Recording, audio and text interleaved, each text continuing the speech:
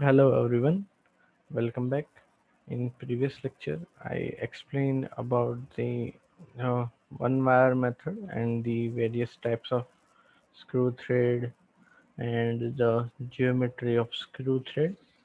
And in today's lecture, we will be continuing with the two wire method.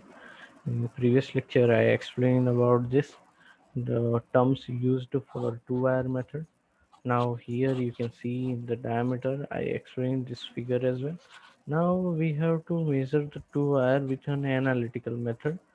So as we can see, the wire is here is fitting in the between the threads, and there is the point of contact that is called as C and D, and the O is the center, while this line and the O center line passes at the point A. This one is the bottom of wire, and that is B. This one is the top of the wire, and that is O. Okay, sorry, center O. Now the angle over here, it is theta by 2, and this is the E. Okay, effective diameter which we have to measure. Okay, and this one is the center line diameter. This one is the small d is the diameter of the wire, and lower diameter is Y, and the upper diameter is capital H. So these are the terminology, and we have to remember these two diagrams. That is, the first one is the GDO, this one triangle, and the second triangle is AJG, that is the A, then the J and the G. So these triangles will be useful for finding the further things. Okay, so let's move on. Okay, here it is D. Okay, and there is one mistake. Okay, now the derivation for the equation of the pitch line from the reference E is equal to effective diameter, we can say that is equal to Y, then plus 2 times A to B. This distance A to B over here, we can see the effective diameter is equal to Y to AB will be on the opposite side as well, because the thread will be there in the opposite side. Then for the triangle, we can say that the ODG, this triangle is given by the sine theta by 2 is equal to O2D divided by O2G. Then if we inverse this, then we will get cosec theta by 2, that is equal to OG by OD. So OG will be equal to OD into cosec theta by 2. And here we can say that the O to D distance is the half of the diameter. So that is equal to the D by 2. O to D is equal to D by 2, and cosec theta by 2 will be same, and the D by 2 is the radius of the wire. Then we will see the triangle JAG. Okay.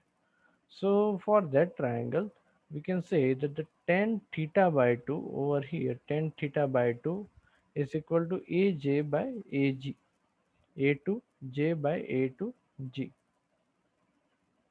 So we will have inverse, then the cot theta by 2 is equal to AG by AJ, and AG is equal to AJ cot theta by 2. Since I to J lies on an effective diameter, I to J is equal to 1 by 2 into pitch. So I to J is equal to IA plus AJ is equal to 2 times AJ. We can say over here AJ plus IA is equal to 2 times IJ or AJ. IJ. Then the AJ will be equal to 1 by 2 I into J, and I to J is equal to the pitch from one teeth to another teeth. Okay. So one half of the pitch. So it will be given by this. So total A to J will be equal to 1 by fourth of the P, and cot theta AG is equal to, as we know that the AG is equal to P by 4, that we have seen over here at the end, that the AG is equal to AJ into cot theta by 2. So AJ is equal to 1 by 4, or we can say P by 4 into cot theta by 2. So from figure, O to G is equal to OB plus BJ, which is equal to here O to G. O2G is equal to OB plus BG, and O2B is the radius. Okay, so B2G is equal to OG minus OB.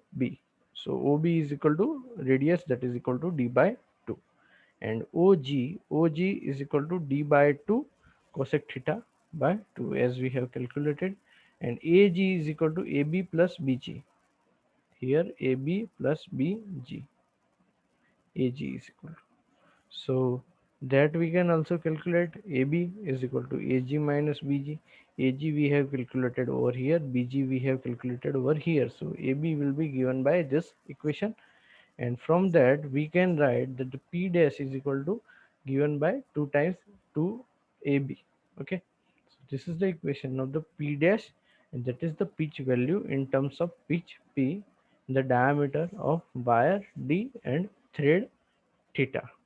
So the value of y can be calculated using the floating carriage micrometer as shown in the figure. Now the D1, D2 are the micrometer reading over the standard wire and diameter, whereas the D2 is the micrometer reading over screw thread and wire, and capital D is the diameter of standard. So y is equal to capital D plus or minus D1 minus D2. Now here the limitation is that the measurement by two-wire method using a micrometer is not satisfactory where the high accuracy is required.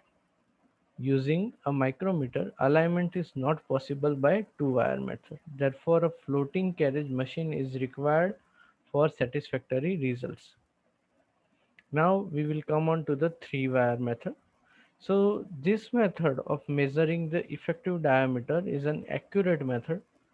In these three wire or rods of non-diameter are used, one on one side and two on the other side. This method ensures the alignment of micrometer anvil faced parallel to the thread axis, and the wires may be either held in hand or hung from a stand, so as to ensure that the freedom of the wire to be adjusted themselves under the micrometer pressure. So here you can see this is the screw thread, and this one is the three wires we will be placing. The diagram will be similar to that, and here also we will be using this diagram OLG, and the another diagram that is equal to NI over here IK, that is NIK, where I to K is equal to P by 2, and this one is the theta by 2. So these things we will use in measuring the first we will consider that triangle over here OLG, and we will calculate O2 sine theta by 2, and by inversing this we will get the OG by OL, and OG is equal to OL into cosec theta by 2, and here we can see that O to L is equal to D by 2. So we will be using that value, and then we will be considering this another equation, that is the triangle NIK, and from that we can write down that the tan theta by 2 is equal to IK by NI. Here it is the I to K by NI, and we will get the value cot, if we inverse then we will get cot theta by 2 is equal to NI by IK. Now, and NI is equal to M, and I IK is equal to GK by 2 is equal to P by 2. So cot theta by 2 is equal to capital M by P by 2. So capital M is equal to P by 2 into cot theta by 2. Similarly, R2G we can see this is the R2G distance, which is the half of the M. So M is over here, N to I, and we can see the R2G is the half of this. Okay, so whereby if we put the value over here, so capital M will be given by P by 2 cot theta by 2, and RG is equal to P by 4 into cot theta by 2. From the figure we have OR plus RG is equal to OG. Here there is OR plus Rg is equal to O2G, and from that we can get the O2R is equal to Og minus Rg, and by substituting the value of Rg and O2G, we know that we have calculated O2G. We will use this equation, and for R2G we will use this, and we will substitute the value in this equation. So from figure we can write that the capital H outside diameter is equal to effective diameter plus 2 times OR plus 2 times OQ. You can see over here the capital H is equal to effective diameter plus 2 times OR. Here the O2R is 2 times, and the second one O2Q, that is also 2 times. So we will get the final value by substituting all the OR value, then the O2Q. O2Q is the D by 2. Now for various thread, here it is given for metric thread. The depth of thread is given by this, and where theta is equal to 60 degree, and effective diameter is equal to capital D minus this 0.6495 P. And for widthward thread, the depth of thread is equal to 0.64 P, theta is equal to 55 degree, and effective diameter is equal to capital D minus 0.64 P. Now we will see the derivation of the best wire size. Now here the best wire size, you can see this is the maximum wire size. This one over here is the minimum wire size, and this one over here is the best wire size. This is the pitch line. Okay, and from that we can measure the effective diameter. This distance will be equal to P by 4, and this total distance will be equal to P by 2, that is the half of the pitch. Now if there is a probability of thread angle being incorrect, wire used should be such that as to touch the thread exactly on the pitch line, and the inspection of effective diameter from reading over such wire will be independent of any error in the thread angle. Such wire are called the best wire. In the case of best wire size at points C and D, the wire touching flank of the thread lies on the pitch line or the effective diameter line as shown in the figure. The line O2D perpendicular to flank position of the thread. Let the half of the included angle of the thread be theta by 2. So from the triangle OAD, we can see this is the OAD triangle. We can write down the angle AOD, the AO and D. This angle is equal to 90 minus theta by 2. So sine will be equal to AD by A2D by O2D, and the cos theta will be inverse of from 90 minus theta, so it will be cos theta, and OD is equal to AD by cos theta by 2. Now, so it will be AD sec theta by 2, and as we know that the O2D is equal to R, or that is the dB by 2. So dB is the best wire diameter of the wire, and A2D is the P by 4, where the P is the pitch of the thread.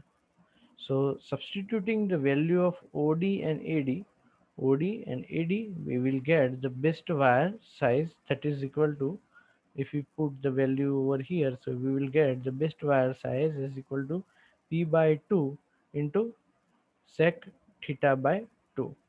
So this is the equation of the best wire diameter in P and theta in terms of pitch and angle theta. So this is the very much important equation for best wire size.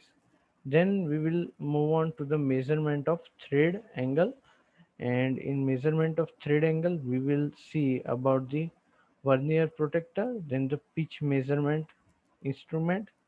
Okay, so up to this we will keep today's lecture up to this measurement of diameter, best wire size of the wire. Okay, the and the one wire, sorry, two wire and three wire method. Thank you very much for listening me carefully. Have a nice day.